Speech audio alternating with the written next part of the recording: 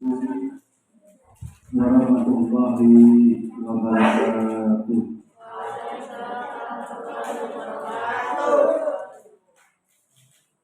Alhamdulillah, nahmaduhu wa nasta'inuhu wa nastaghfiruh wa na'udzu billahi min shururi anfusina wa min sayyiati a'malina. Yahdihillahu wa man yudlil fala hadiya lahu. Asyhadu an la ilaha illallah wahdahu la syarika lahu wa asyhadu anna Muhammadan abduhu wa rasuluh. Allah Ta'ala badal a'udzu billahi minasyaitonir rajim. Bismillahirrahmanirrahim. Wa sayyidina insana lafi khusrin illa alladziina aamanu wa 'amilus shalihati wa tawassaw bil haqqi wa tawassaw bis sabr. Rasulullah sallallahu alaihi wasallam man salaka tariqan yaltamisu fihi ilman sahalallahu tariqan ila jannah. Mawadu puji dan syukur senantiasa marilah kita panjatkan kehadirat Allah Subhanahu wa taala atas segala curahan nikmat dan karunia-Nya. Alhamdulillah, pada siang hari ini atas izin Allah kembali kita bisa bermajelis ilmu untuk melanjutkan kajian kitab Ushul Shalasah, 3 landasan utama yang sampai pada pembahasan surat atau dalil firman Allah surat Al-Asr tadi, di mana menjadi penting surat ini untuk mendasari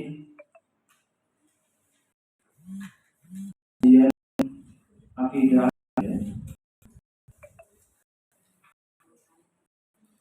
Dalam surat ini banyak sekali fadilahnya. Penulis Syekh Muhammad bin Abdul Wahab setelah pembahasan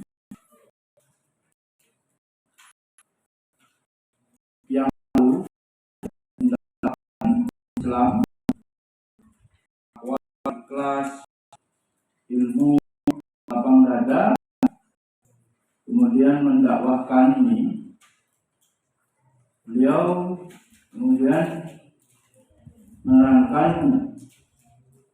juga bersabar atas segala gangguan yang dialami ketika kita berdakwah.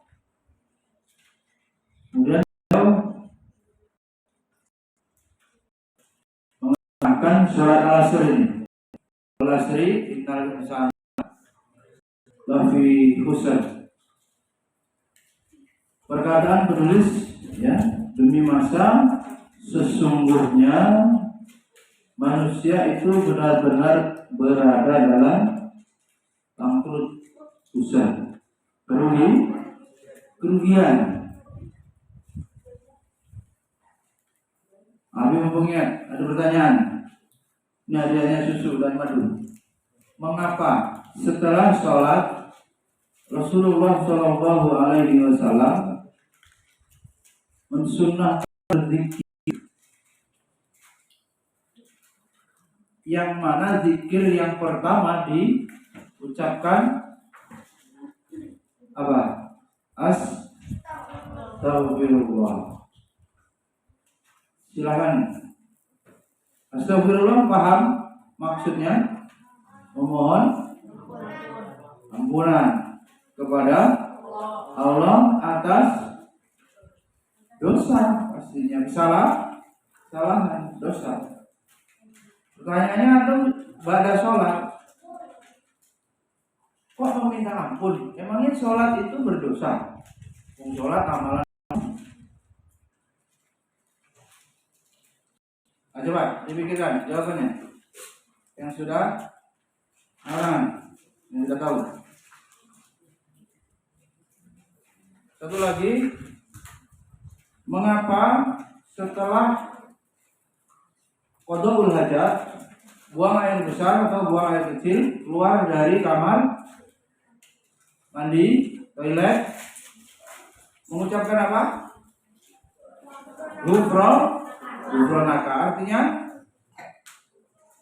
ya Allah, ampunilah aku, ya kan? Berarti apa? Memohon ampun.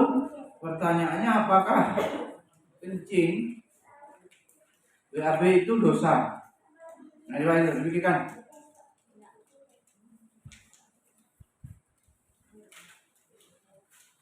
Ayo, susulah semua, berat itu. Ayo, segera angkat tangan. Jangan lama-lama.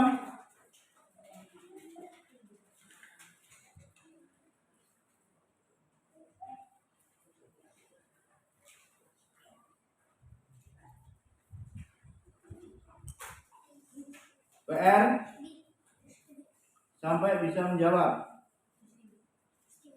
Woi.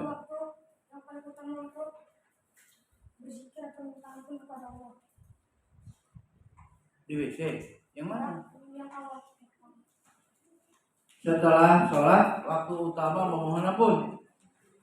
Mungkin pertanyaannya, sholat itu apa dosa? Kok bisa? Ya memang waktu yang utama, kan? Bukan itu yang dimaksud. Ibadah sholat yang kita kerjakan itu ibadah utama. Bahkan batas, ya, ukuran orang itu dikatakan Islam atau kafir itu apabila tarkus sholat. Bainal kufri, ya, bainal rajul wal kufri tarkus sholat.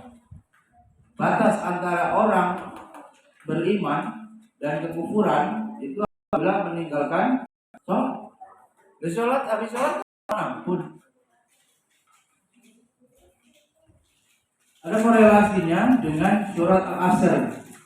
Apabila antum semua mentadaburi secara mendalam, ini sudah menjadi kepastian, ya.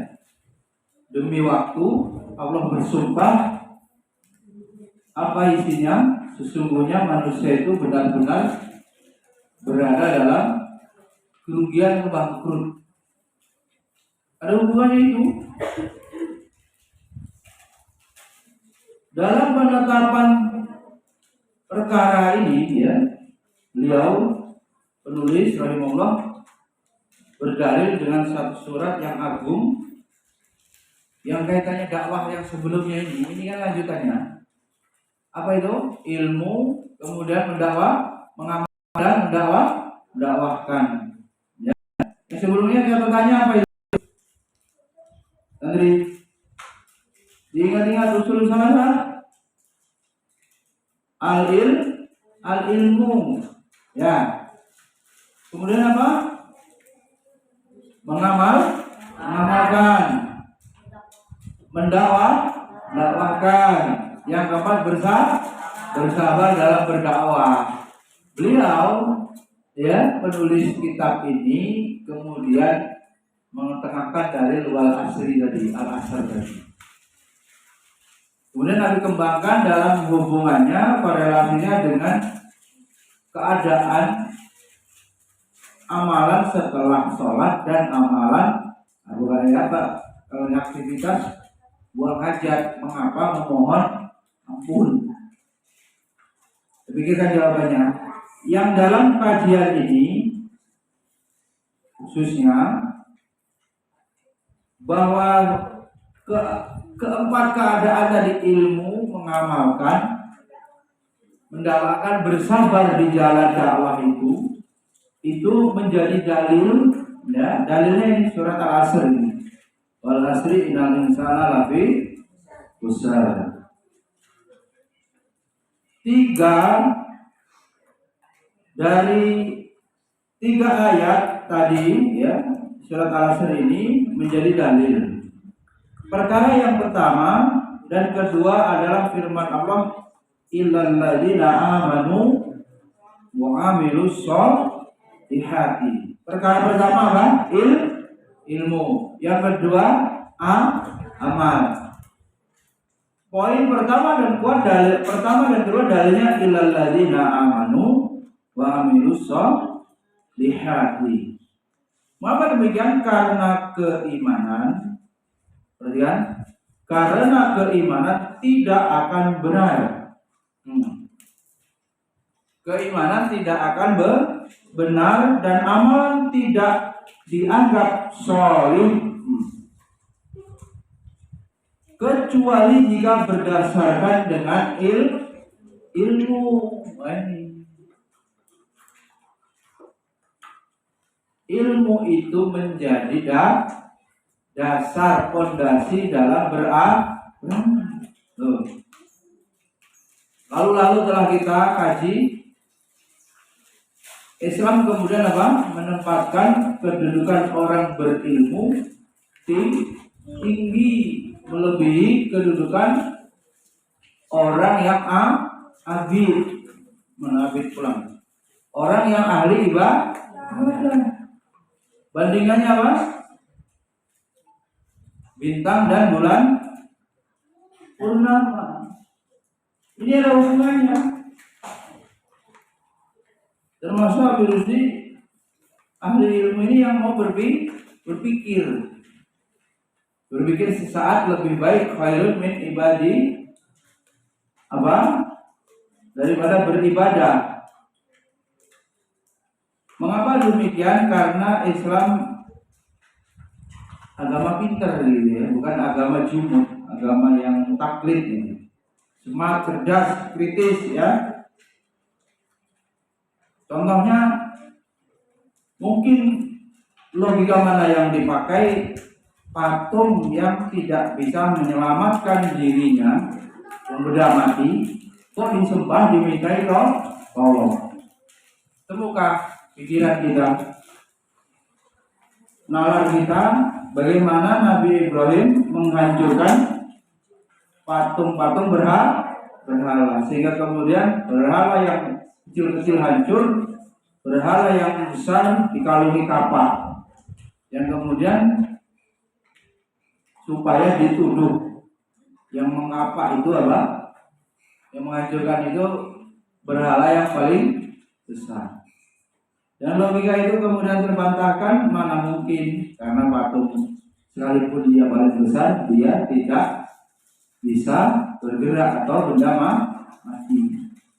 Hingga kemudian dikembangkan, lah benda mati seperti itu bagaimana bisa menolong? Kita mintai pertolongan misalnya, jelas tidak mungkin.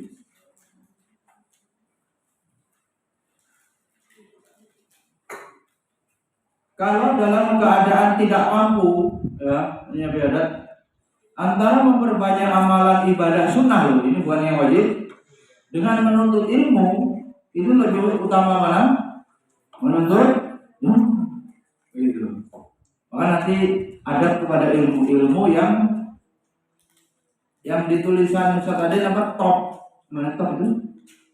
Tetapkan apa? Ilmu yang fardu ain dahulu, utamakan. Ada nggak yang secara serius, Bang Bima, antum cek yang mengecek ustadz atau lembaga lah, ini yang namanya sarjana tafsir Habib Rusdi sudah lulus ilmu fardu ain tuntas di jenjang S1 tafsir, semuanya poin-poin indikator ilmu fardu ain telah dikuasai. Di mana yang mau ngurusin itu?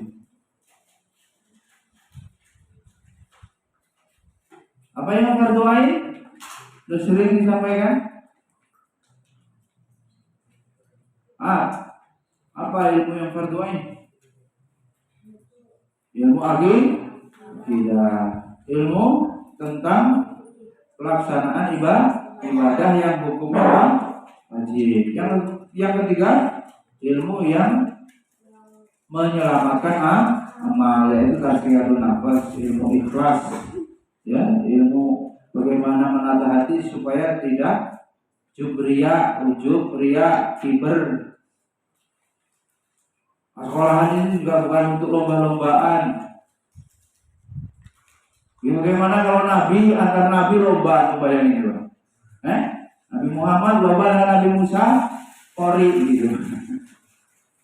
Ya siapa yang ngurusin dakwah? Saya nggak melarang, cuma fokus stressing apa? Distingsi di sini ini dakwah, bukan untuk kompetisi piala. Ya Bim, aku bayangin Bim, antar nabi lomba. Bagaimana?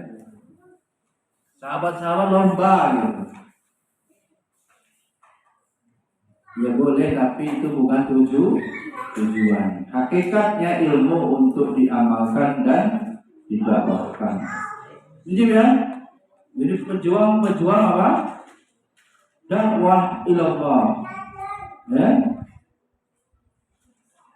Hidup ini baru terasa berguna Gusti kalau ada yang kita pikul dari beban-beban dakwah ini. Hampa hidup ini kalau tidak punya beban, gak dipakai Allah. Hidup cuma urusannya makan, minum, berkembang, biak, tidur. Ya, tambah hari tambah kaya. Celakanya sudah hanya itu yang diurus, duit. Tapi gak kaya kan kasihan betul itu. Mana yang hasilnya itu? Aset gak bertambah, iman jadi gitu aja, kerugian demi kerugian. Kembali lagi nih, wal asrinya banyak betul ruginya itu. Ruginya sangat banyak.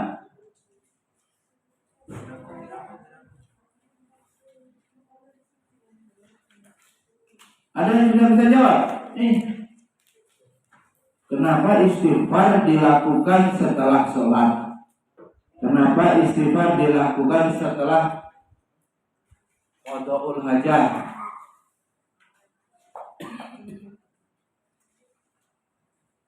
Kalau tanya jarang untuk berpikir ya susah. Untuk nyanyi.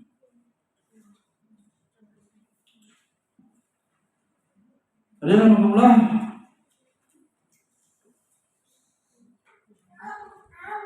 Jawabannya nomor 1, karena dalam sholat pun keimanan kita naik turun dan kekhusyuan kita tidak selalu khusyuk, tidak selalu terjaga. Terus terang, tapi kalau ngimamin ada yang ngomong terus, buyarlah, itu sudah manusiawi. Walaupun santri masih kecil ya, ngobrol gimana? Bludak-bludak suaranya. Akhirnya apa? Konsentrasi terganggu. Atau walaupun sholat sendiri, kadang-kadang dalam kurun durasi sholat 2 rakaat 5 menit atau 4 rakaat 7 sampai 10 menit. Menit pertama khusyuk, menit kedua khusyuk, menit ketiga khusyuk, menit keempat mulai ingat dunia, ingat makan, ingat kunci, ingat utang, ingat duit. Dalam sholat pun manusia terlalu harusnya ingat kepada Allah Sang Pencipta, masih juga malah menjadi mudah ingat, mudah mencari barang yang hilang ketika sedang sholat. Belum lagi gerakannya tidak tumakninah, salah pula. Oleh karena itu Rasulullah mensunnahkan Syariat menetapkan kita disuruh memohon ampun atas kekurangan, kelalaian kita di dalam sholat. Ya gitu ya, saya paham ya. Makanya diaturan, Depan ini udah kelas 9. Diatur, adik-adik kelas TK-nya dipisahin yang tukang ngobrol. Ya sahabat ya, punya pikiran, udah pernah menjadi imam. Imam kalau makmumnya ribut, buyar, bikin apa? Konsentrasi bacaannya salah-salah. Atau udah pada gede, kelas 7, kelas 9, dipikir ini supaya nggak ribut gimana? Kita sholat terus bersama santri TK, santri kelas 1, ya, sholat zuhur, sholat asar. Nah itu coba mulai hari ini dipikir itu juga ya, anak, gimana caranya? Baik, ada adik ini tidak ribut, ya. Parahnya lagi kalau antum sendiri yang ribut, bulan ini masih pernah lihat sholat ini pas salam ketawa. Sebelum nengok ke kanan, Pak Abdullah terus ketawa-ketawa. Tapi nggak nengok Abdullah karena memang assalamualaikum belok kanan, tengok kanan, kok senyum-senyum sama Zahid mana sih? Nah itu, entah apa yang disenyumkan, ngeri, ya, nggak boleh itu batal soalnya. Kemudian yang kedua jawabannya apa? Masih berlaku. Siapa yang bisa jawab?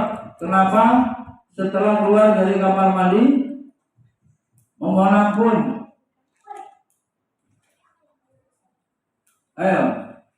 Karena saat di dalam kamar mandi itulah satu-satunya keadaan yang kita tidak boleh berzikir. Dipastikan di situ kita rawan lalai. Karena hakikatnya lurus di kesucian jiwa dan kondisi terbaik setiap hamba setiap detiknya selalu mengingat Allah. Itu di WC tidak boleh subhanallah nggak boleh. Sudah diam aja, cepet maka adabnya apa? Tidak boleh berlama-lama di dalam kamar mandi. Apalagi kalau nyanyi ada waduh, waktunya mandi itu masih terdengar itu kata uminya. Kamarnya ini Abdullah, kamarnya Raihan, nyanyi kamar mandi dari bawah, dari perumahan buka. Murotal juga nggak boleh buka di kamar mandi. Nanti yang dilarang nyanyi tikrar. Nggak boleh ya, jadi menakamil juga tidak boleh mil. Murajaah hafalan di kamar mandi juga tidak boleh. Ya. Oke. Dari sini.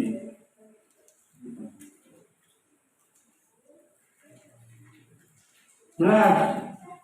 Karena kita saat di kamar mandi stop dari mengingat Allah, maka disunahkan memohon ampun. Semoga dalam keadaan itu Allah mengampuni.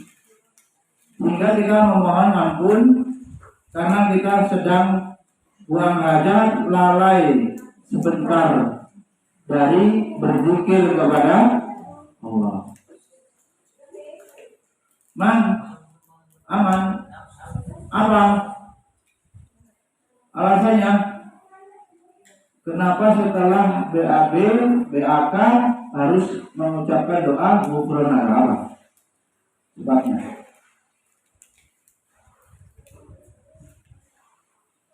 Ya, ngobrol apa sebabnya? Terus kemana lagi? Jadi, apa sebabnya? Terangin ke dua orang itu, biar tahu. Keras, apa? Karena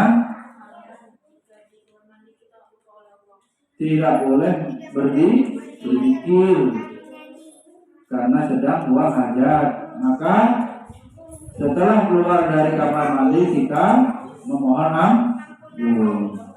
Alangkah di luar keadaan itu kita harus senantiasa ingat kepada Allah, betapa gitu ya. Nemen gitu berarti penekanannya. Semuanya juga apapun ya, taklim, pelajaran, rehat, semuanya untuk bagaimana kita bisa mengingat dan mendekatkan diri kepada Allah. Makanya kalau santri tambah lama mondoknya tambah males ibadah itu nggak masuk akal. Imannya itu nggak bertambah, itu nggak logika. Tambah bandel misalnya, aneh. Hanya semakin khusyuk, semakin ingat kepada Allah, semakin tinggi iman dan takwanya. Gitu. Nah, dalam kaitannya surat ini kemudian ilal ladzina amanu wa amilus sholihati, jadi karena keimanan tidak akan benar, tidak akan benar iman sehingga dia menyembah Allah Ta'ala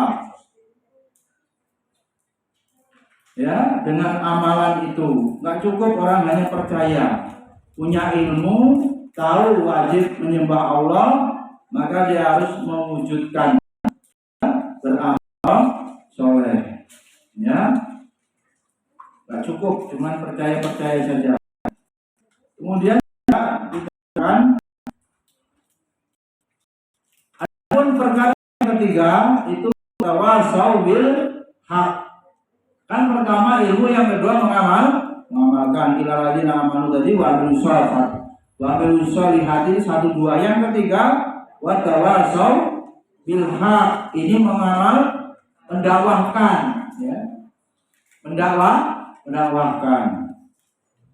Dan dalil perkara yang keempat wa tawasau bis sabr, dan bersabar di atas jalan dakwah. Celaan, hinaan, gangguan, arah melintang. Apa Nabi dibilang penyair gila, Nabi disebut juga apa? Penyihir. Dikumpulkan di mana itu para sahabat yang belum beriman di bukit ya. Apakah karena ini taban laka ya Muhammad, celaka kamu Muhammad, apakah karena ini kamu mengumpulkan kami di sini? Ya, hanya sekedar apa? Larangan ya menyembah berhala, cuma karena itu. Nah, maka kemudian kita harus sabar. Bahkan Nabi kita dibunuh. Ya, mau dibunuh. Ya, bukan main-main ya, nyawa. Enggak hanya sekedar sindiran, ejekan, tapi nyawa. Ada nomor 1 ilmu, dalilnya apa? Ilal ladzina amanu. Nomor 2 beramal, wa amilus sholihati. Nomor 3 wa tawasau bil haq. Nomor 4 bersabar, wa tawasau bis sabr. Ini dai harus clear ya. Jadi akan mengalami 4 keadaan itu. Fase-fasenya antum sekolah nih, mondok nih, fase ilmu. Dan fase kedua yang sudah bisa diamalkan, diamalkan. Kemudian dilatih apa? Praktikum dakwah. Mulai apa? Dilatih berdakwah. Nah, pas berdakwah itu capek nggak Zahid? Pusing nggak? Pusing aja nanti biar sekolah pusing ya. Waduh, lupa. Bersabar di dalam berdakwah. Santrinya ribut gak? Ribut. Payah gak kita ngomong jamaahnya ribut? Nah itu.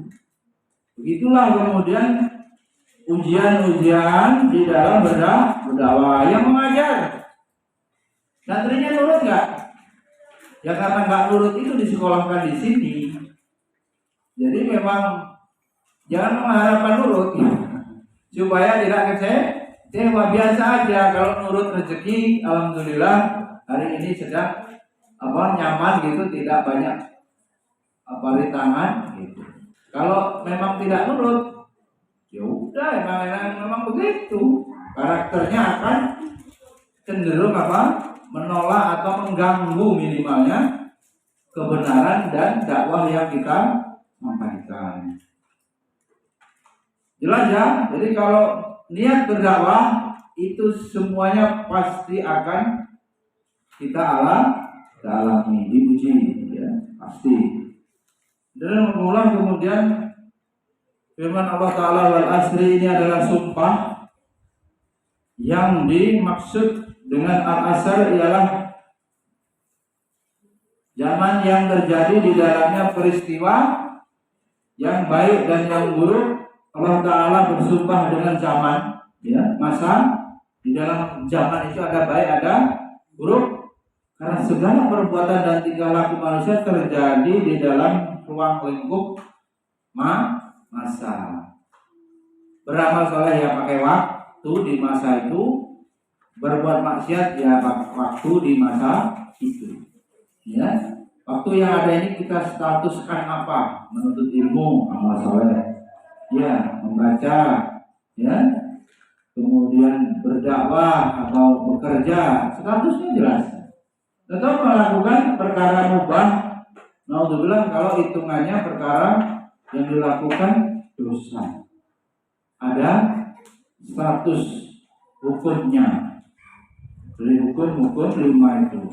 Apa wajib, apa sunnah, apa makruh, apa mubah, apa haram. Waktu kita itu. Teknik-teknik tidur dengan sila. Tanya Bang Bima, gimana caranya? Tidur sambil duduk. Nah, anak udah bangun. Udah. Bangun Dik. Nyari apa ke pondok? Apa yang kau cari? Ilmu. Ilmu sedang dibagi? Ya. Ditinggal kemana? Tidur. Nah, itulah. Aneh tapi nyata. Ya mas? Pola cari ilmu dibagi itu pasti ya. Allah Ta'ala bersumpah dengan zaman masa karena segala perbuatan dan tingkah laku manusia terjadi di dalam ruang lingkup masa. Masa adalah tempat manusia melakukan sesuatu perbuatan. Masa itu isinya yang manusia berbuat. Jika perbuatan baik, maka baik pula masanya. Dan jika perbuatan itu jelek, maka jelek pula masanya. Maka sudah pantas Allah bersumpah dengan masa tersebut. Wal asri. Ini tafsir dari kata wal asri. Ada yang mengatakan al-asr adalah waktu sore, ya, pendapat ulama waktu sore, yakni penghujung siang pada asar. Termasuk juga di dalamnya sholat asar, itu termasuk waktu permulaan sore. Itu pendapat. Kemudian jawab sumpahnya adalah firman-Nya. Sumpah wal asr itu dijawabnya oleh Allah apa?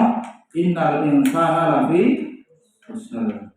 Allah Subhanahu wa taala bersumpah dengan masa bahwa manusia berada dalam kerugian pasti tadi, bangkrut. Ya. Alif lam fungsinya sebagai istighraq dan sumul, artinya mencakup semua jenis manusia. Dalilnya adalah pengecualian yang disebutkan sesudahnya.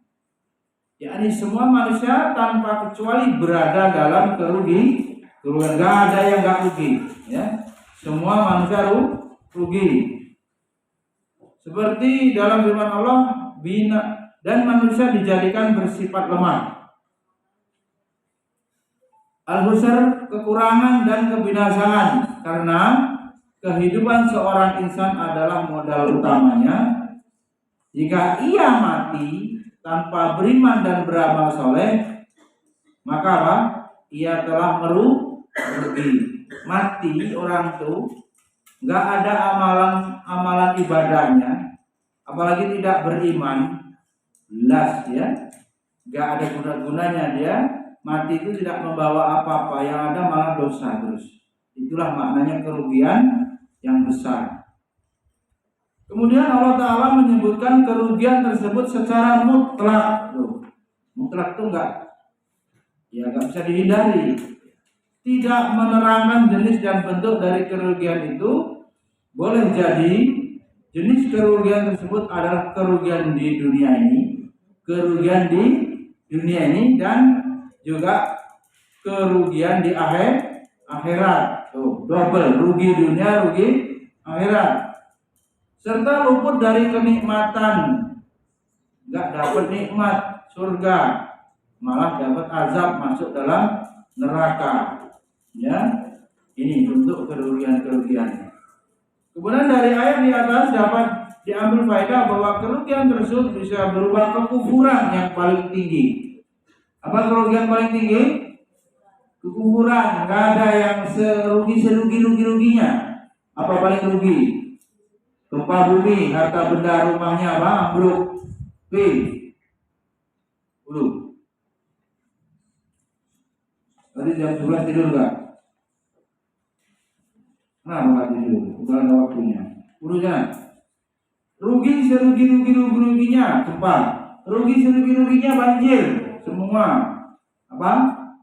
Tanamannya hanyut, sapi, kambingnya terbawa arus, mobilnya, motornya bawa.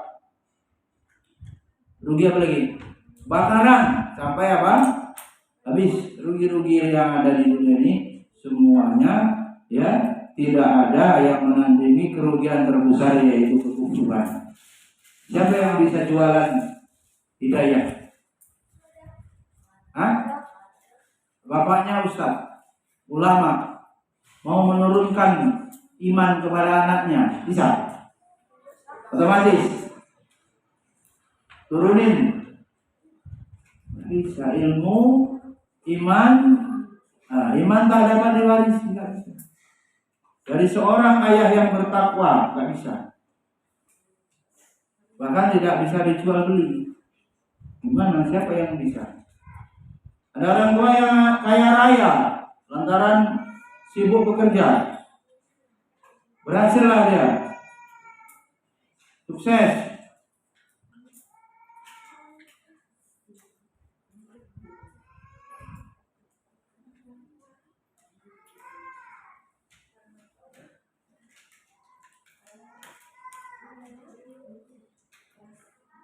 Sukses, hartanya banyak, tapi anaknya jahil, nggak mau sholat, nggak mau dekat dengan ibadah, nggak mau ke agama. Datang, dia mau bayar berapapun uangnya buat anak saya jadi soleh. 100 juta setahun jadi dia soleh. Atau lebih besar dari itu, tidak ada yang sanggup, dan memang tidak mungkin, ya, keimanan itu dibeli, ya, keimanan itu kemudian dipindahkan. Sehingga kalau terjadi musibah kekufuran ini, maka kekufuran ini, ya, merupakan apa? Kerugian yang paling besar. Tuh. Pertama, kerugian paling besar itu adalah kalau kufur.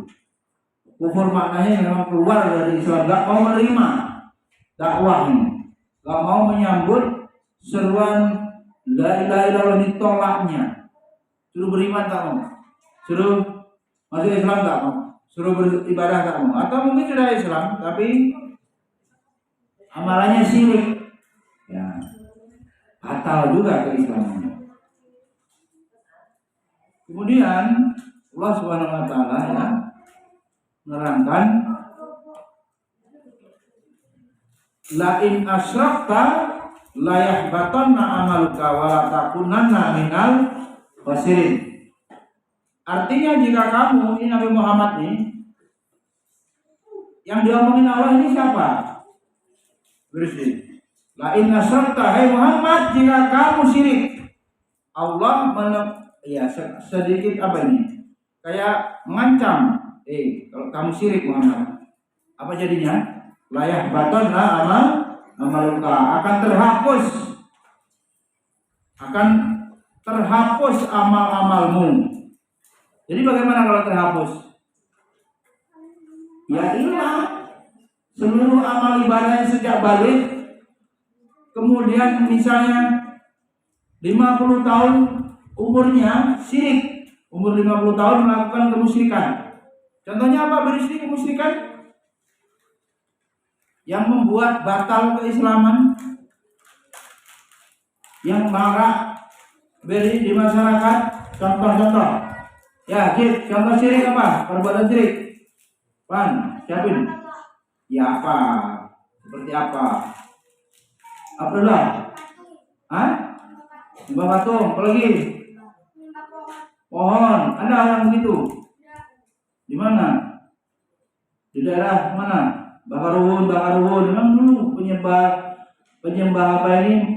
Pohon-pohon besar, animisme, dinamisme begitu. Di keyakinannya apa? Pohon-pohon itu memiliki kekuatan, ada yang menunggu.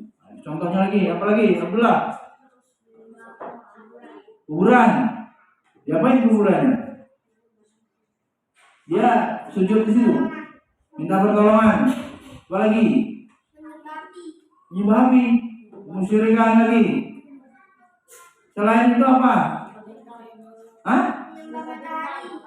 Dari bintang disembah, padahal itu makhluk Allah. Apa lagi?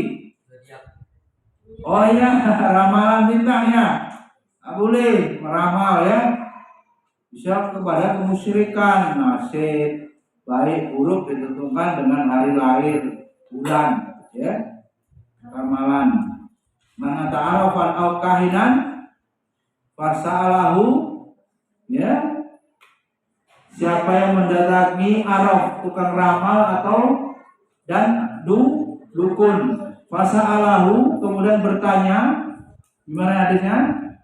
Setelah bertanya, fasaddaqahu, membenarkannya, lam tuqbal, faqad kafara bima unzila ala Muhammad. Kalau bertanya kemudian membenarkan, kafir. Faqad kafara bima unzila ala Muhammad. Kalau cuman fasa'alahu tapi nggak yakin, lam tuqbal salatan arba'ina yauman. Salatnya tidak diterima 40 hari 40 malam. Cuma datang ke dukun, simpati apa namanya? Tapi nggak yakin, belum mantap gitu. Ramalannya itu cuma dibaca-baca gitu.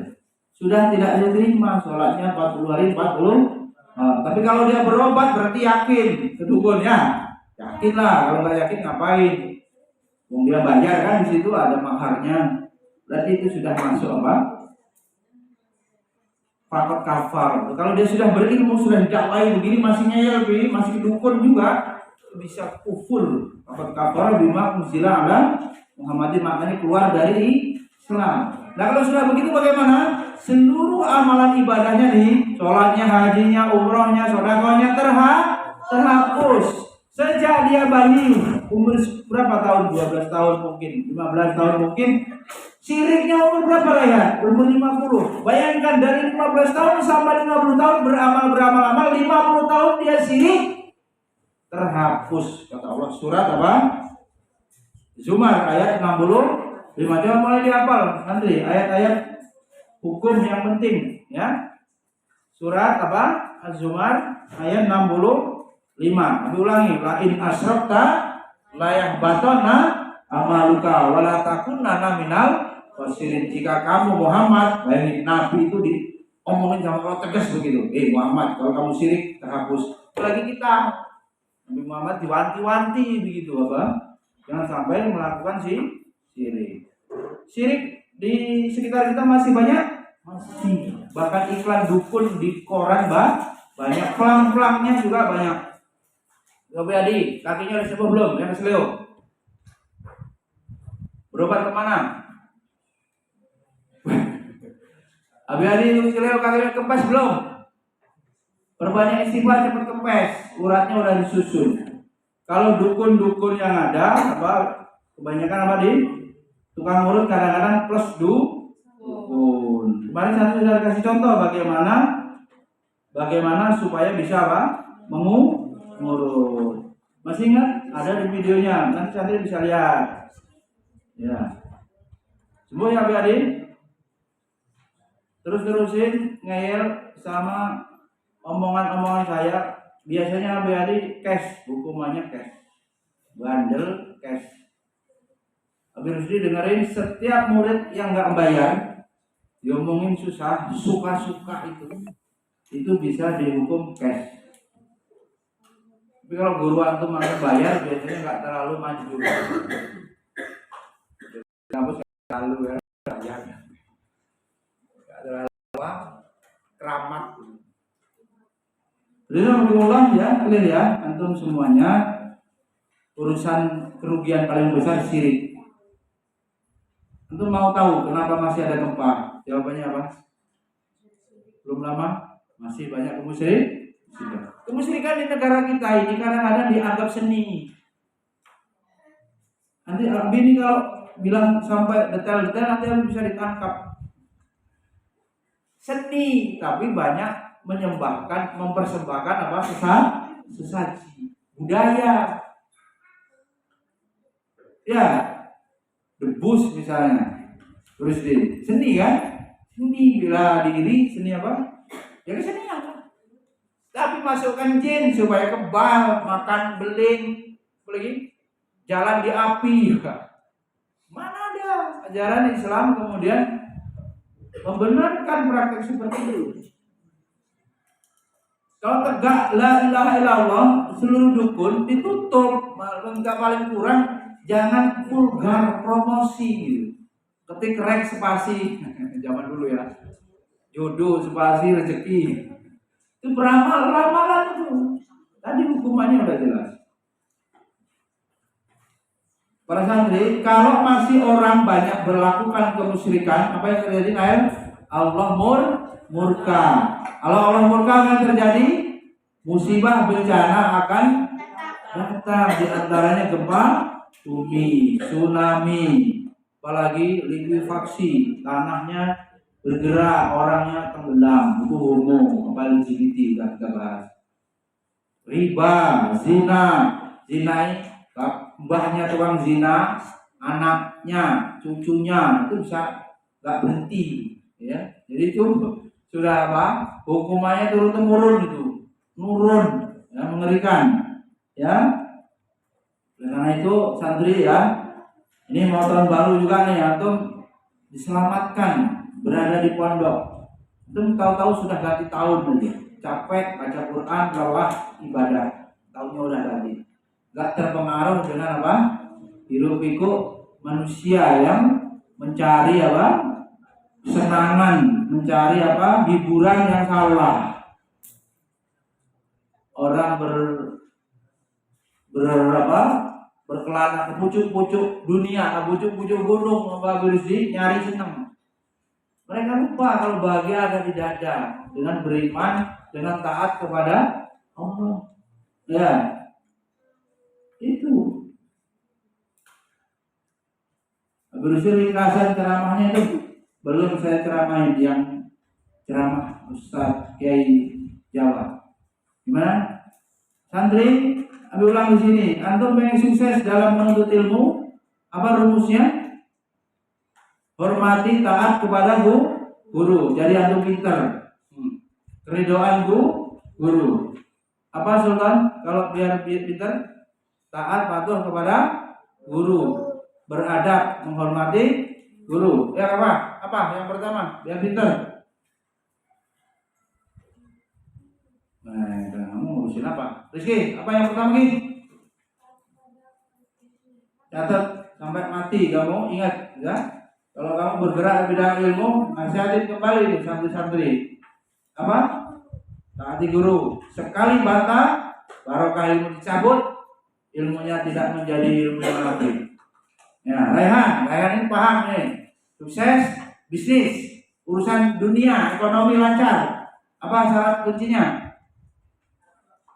Baik, taat, patuh kepada orang tua. Tuh, dua itu, pikirin itu hidup. Nurut, patuh kepada orang tua. Orang tua kita pertama siapa? Orang tua kandung.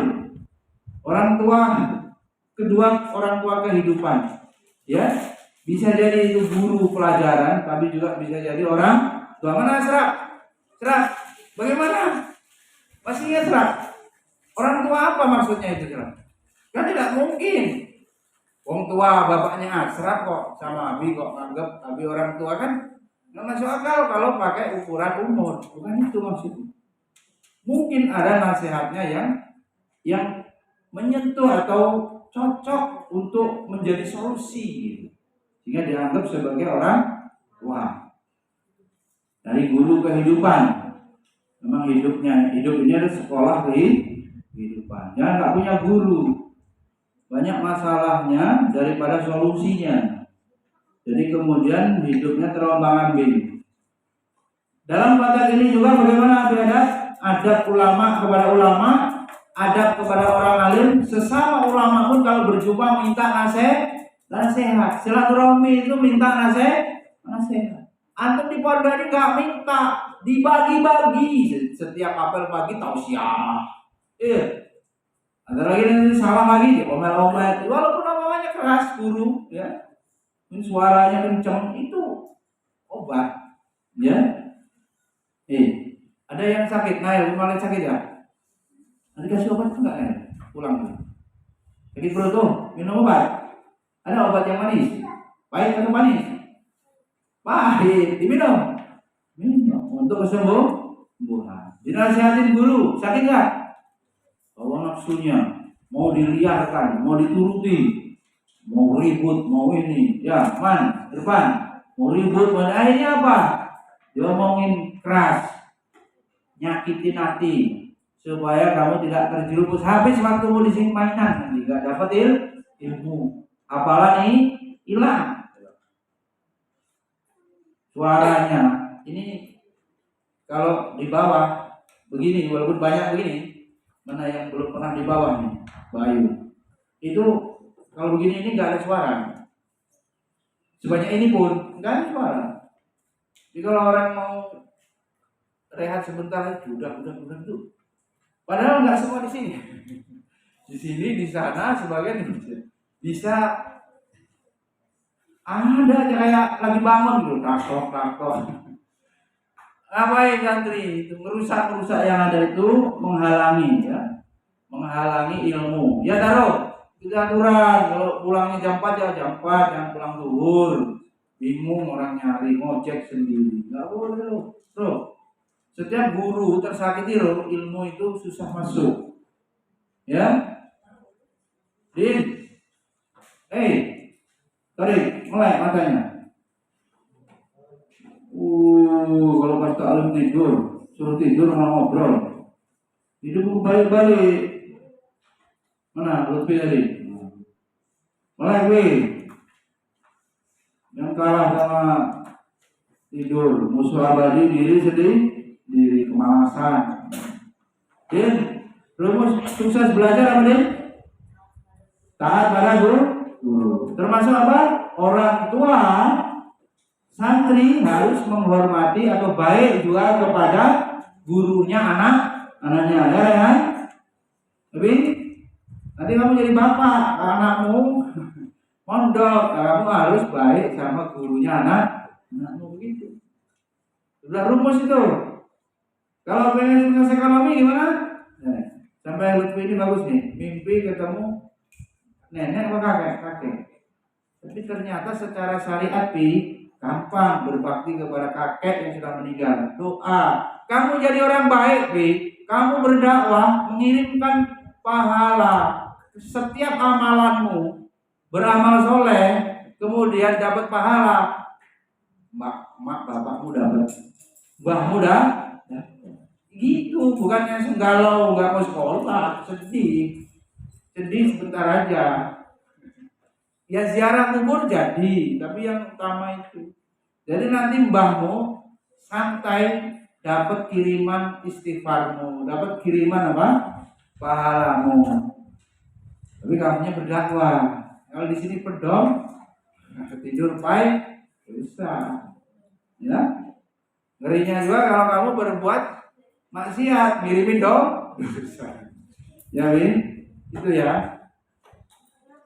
Kemudian berikutnya Allah berfirman, qad khasiral ladzina kadzabu bi liqa'illah. Gelap di lampu ya. Ngantuk nih. Sungguh telah merugilah orang-orang yang telah mendustakan pertemuan mereka dengan Allah.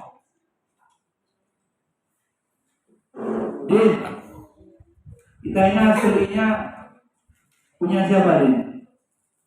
Manusianya? Punya Allah. Kamu mau nggak ketemu sama Allah? Mati berarti. Pintunya kematian. Kenapa kalau takut? Kalau dengan mati takut? Aneh, di sini suruh itu. Sungguh telah rugi orang yang telah mendustakan. Antum harus punya keyakinan bahwa nikmat tertinggi di akhirat nanti berjumpa dengan Allah. Kita ini menyembah Allah kan nggak pernah tahu. Hanya disuruh meyakini. Anta budallah ka anaka darahu fa innahu dan baik. Kalau memang merasa tidak mampu melihat Allah, yakinilah Allah melihat kita. Ihsan itu. Jadi tidak boleh ya.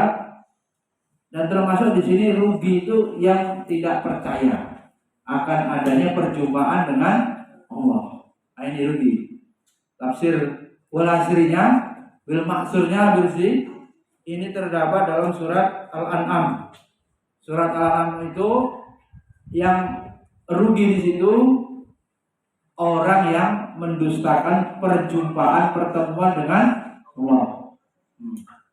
Mahabbatullahnya pasti gak ada, begitu mau mendustakan kok, ya. Karena kita suruh ma'rifatullah, mahabbatullah, mengenal Allah, ya.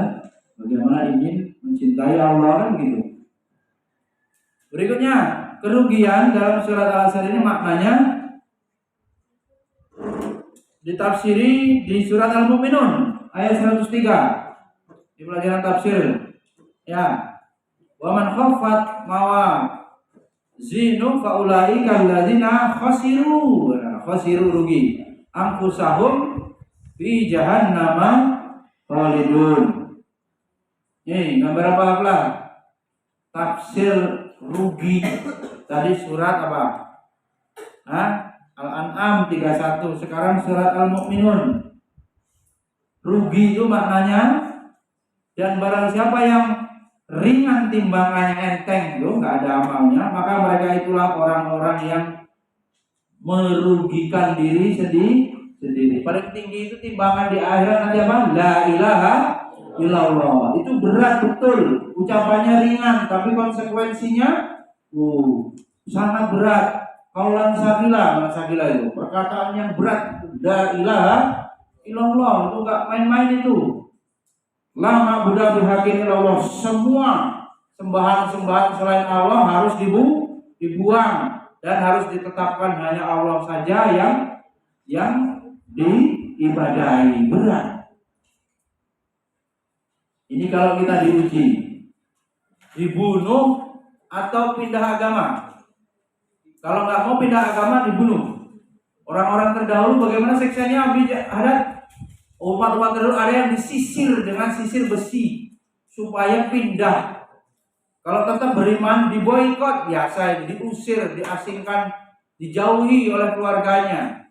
Keluarganya Yahudi, keluarganya Nasrani, masuk Islam, nggak dikasih harta, diusir. Dan sekarang mau berislam ini ringan saja, masalahnya ada.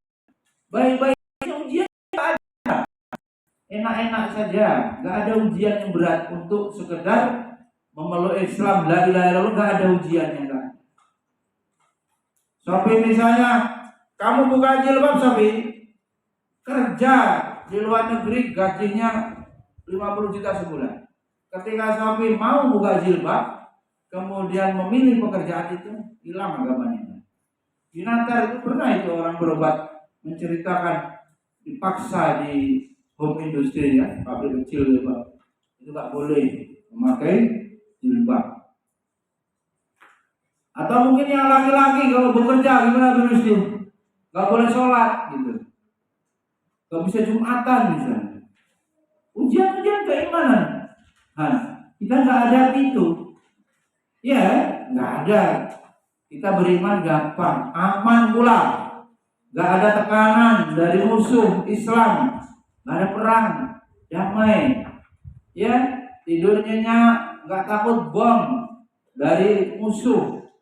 Ya, tidurnya kemudian bisa sholat tahajud nyaman. Bahkan masjidnya sekarang wangi, ada pengharumnya. Cara menghilangkan apa itu ditempurin aja dengan pengharum. Ya, banyakin pengharum. Wirusdi penjual minyak wangi, suka dulu ada minyak wangi di jendela-jendela itu di apa ini Kota Amal. Nggak ada ininya berat-beratnya, ujiannya nggak ada. Nah orang yang rugi timbangannya itu, maka mereka itulah orang-orang yang merugikan diri sendiri dengan timbangannya rugi diri sendiri, mereka kekal di dalam jahannam khalidun, kekal di neraka. Orang yang rugi dari itu surat apa? Sebenarnya ini apa? Surat Al-Mu'minun. Sekarang tafsir rugi surat An-Nisa ayat 119 itu juga menerangkan tentang makna rugi tadi itu. Wa may yattakhidhish syaitana waliya min dunillahi faqad khasira. Ada kata khasira di situ, khusranan mubina. Barang siapa yang menjadikan setan pelindung selain daripada Allah, maka sesungguhnya dia rugi, menderita kerugian mubina yang nyata. Makna rugi di situ mengikuti setan. Setan itu maknanya apa? Siapa bisa jawab? Susu nggak laku nih. Setan artinya apa? Apa itu? Artinya musabah. Satona, sering diulang-ulang. Apa setan saudara? Yang menjauhkan dari Allah, bisa nyuruh maksiat, bisa ngalang-alang. Satona itu yang menjauhkan. Dan itu ada dua minal jinnati wan nas. Nggak laku lagi juga. Masa terus yang jauh. Jadi musuh abadi ya, musuh abadi itu kebodohan, kemalasan, setan. Yang pernah nyalain orang pada kaya, orang pada pinter. Salahin diri sendiri. Kenapa tidak seperti mereka? Jid, mau Jid. Sudah gentayangan arwahnya. Husranan mubinah rugi lagi itu ya. Surat apa tadi? An-Nisa. Kemudian berikutnya satu lagi surat Al-Mujadalah. Ayat 19 itu tafsir Al-Husr tadi itu. Ala inna hisbas syaitani humul khasirun. Ada kata-kata rugi di situ. Ketahuilah bahwa sesungguhnya Hizbus syaitan. Dua saja golongan di Quran itu, Hizbullah wa Hizbul syaitan. Yang Hizbus syaitan itu pasti termasuk dari golongan orang-orang yang merugi. Kalau ada orang kerjaan yang larang orang beribadah, itu setan. Ya. Malah ngajaknya dosa. Teman wujudnya tapi setan memerankan fungsi setan. Jadi santri wujudnya teman. Ajak pergi kemana-mana ribut, itu apa namanya? Memerankan fungsi setan. Itulah yang dinamakan setan dari kalangan manusia. Ada nama Allah. Kata rugi tadi, atau karena sama sekali tidak saling menasihati. Ini sudah paham belum? Kalau pengen tidak terjadi musibah, harus apa? Waktu itu sudah kita bahas. Melakukan amar ma'ruf nahi munkar. Itu rumus hidup lagi nih. Kalau membangun bangsa ini, kalau tidak dengan dakwah, bangunlah itu gedung bercakar cakar langit. Allah murka, 5 menit gempa, roboh. Jalan jembatan hancur.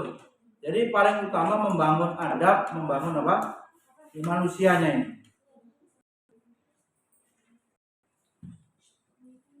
Wai kanan, lampung barat, gempa. Coba dulu ya. Gimana beristri? Kemusyrikan di sana ada nggak? Antum mau pulang nih? Ibaratnya antum wali songo diutus, wali 10 antum. Di sana ada kemusyrikan nggak? Saya pulang ke rumah kakak itu, saya ngeri itu kalau lewat kampung yang banyak babi, banyak pura. Aduh, berani kalau Allah murka gimana? tidak ada amar ma'ruf nahi munkar, ya dibalikkanlah bumi ini selesai. Selesai. Orang baik, orang soleh, orang jahat, semuanya kena azab yang sama. Tidak pilih-pilih, Allah tidak memisahkan, semua kena azab.